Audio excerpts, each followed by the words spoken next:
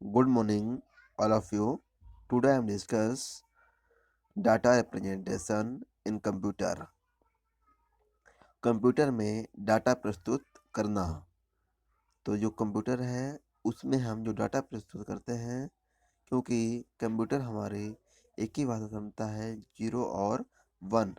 तो यहाँ पर कंप्यूटर में डाटा प्रस्तुत करेंगे तो उसको हम देखेंगे कि ये किस डाटा को यूज करता है। तो शुरुआत करते हैं यहाँ पर कंप्यूटर में डाटा प्रस्तुत करना। Data representation in computer. Computer में या कंप्यूटर के क्षेत्र में अंकों का अत्यधिक महत्व है। सामान्यतः हम दशमलव प्रणाली का प्रयोग करते हैं, जिसका आधार 10 होता है, अर्थात 1 2 3 ... 0 1। कंप्यूटर में डाटा को दो स्विचों अर्थात ऑन ऑफ के द्वारा नियंत्रित किया जाता है। अतः केवल दो इसमें केवल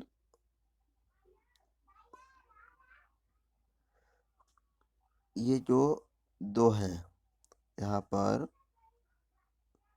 केवल दो संख्यात्मक चिन्ह होते हैं। कौन सा? एक तो है ऑफ के लिए हम क्या करते हैं, यहाँ पर शून्य लेते हैं, और जो ऑन है, ऑन के लिए हम यहाँ पर 1 लेते हैं। तो ऑफ के लिए जब भी लेंगे तो शून्य लेंगे, और ऑन के लिए 1 लेते हैं। इस प्रणाली को बाइनरी प्रणाली कहते हैं। इसको क्या कहते हैं हम? बाइनरी प्रणाली कहते हैं। प्रत्येक मूल्य को बिट के द्वारा दर्शाया जाता है। 8 बिट को 1 बाइट एवं 4 बिट को एक निबल की संज्ञा दी जाती है। तो कहने का मतलब ये हुआ कि 8 बिट इक्वल टू 1 बाइट या 4 बिट इक्वल टू 1 निबल की संज्ञा या कहते हैं। तो यहाँ पर अब नेक्स्ट देखते हैं। कोड प्रणाली के पश्चात बाइट का ही महत्व होता है। कोडिंग प्रणाली कई प्रकार की होती है, जिनमें से कुछ इस प्रकार है। तो यहाँ पर ये 4 पॉइंट दिए हुए हैं। तो उसमें सबसे जो पहला है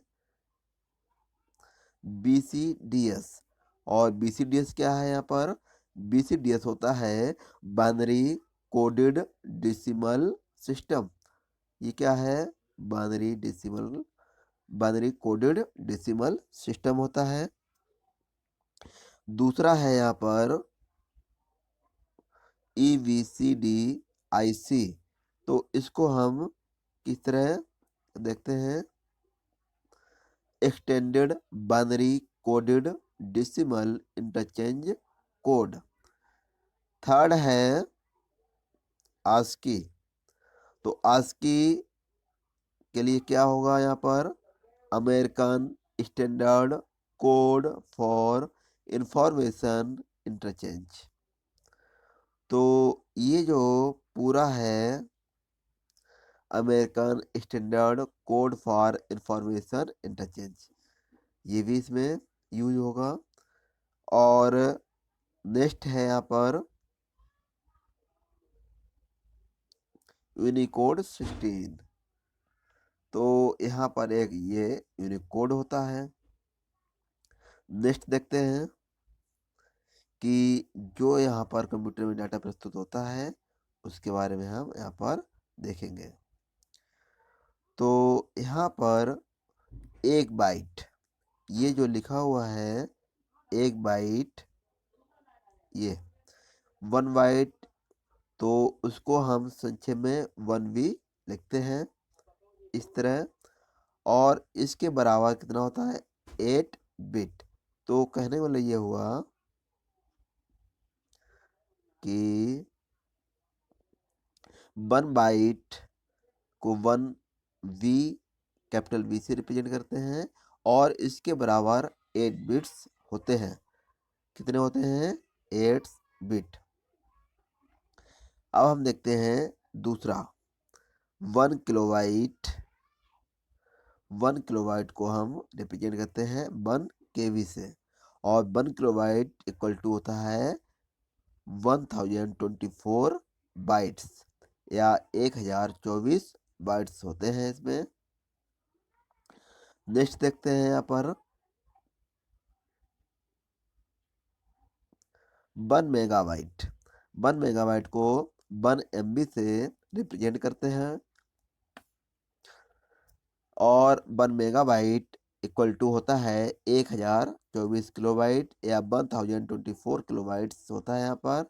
तो यहाँ पर 1 मेगाबाइट इक्वल टू इसकी जो यूनिट होती है कितने किलोबाइट के बराबर होती है? तो 1024 किलोबाइट के बराबर होती है। नेक्स्ट देखते हैं 1 गीगाबाइट। तो 1 गीगाबाइट को हम 1 GB से या 1 GB इक्वल टू होता है 1024 मेगाबाइट्स या 1024 मेगाबाइट्स यहाँ पर होते हैं। नेक्स्ट देखते हैं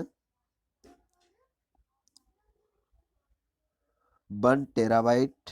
तो 1 टेराबाइट को 1 TB से रिप्रेजेंट करते हैं और 1 टेराबाइट इक्वल टू होता है 1024 गीगाबाइट या फिर 1024 गीगाबाइट्स होता है।